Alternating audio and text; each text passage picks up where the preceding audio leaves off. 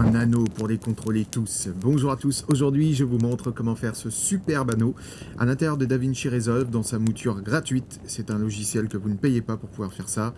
C'est la version de base, on se retrouve tout de suite à l'intérieur de DaVinci pour faire ça.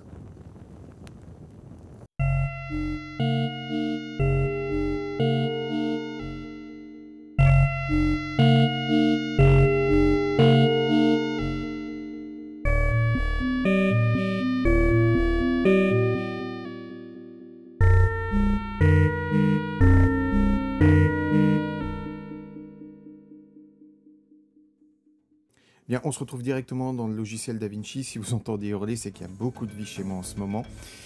Bien, donc comme d'habitude, on va commencer par créer une composition Fusion. Donc évidemment, pour les personnes qui ne connaissent pas le logiciel, lorsque vous l'ouvrez, vous allez dans le deuxième petit onglet qui s'appelle Cut. Vous prenez la composition Fusion que vous intégrez à l'intérieur et on va directement dans Fusion.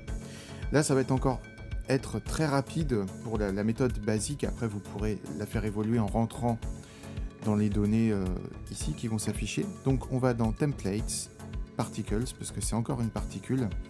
Ce qu'on va faire, on va prendre Burning Engine.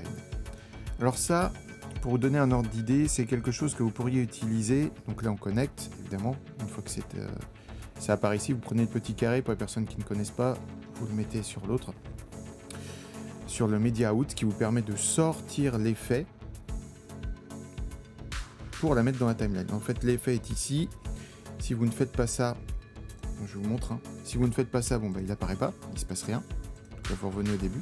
Pour faire sortir l'effet de la timeline et qu'elle soit visible, il faut la connecter à une sortie pour qu'elle apparaisse sur l'écran. Donc là, on l'a fait, et voici ce que ça donne.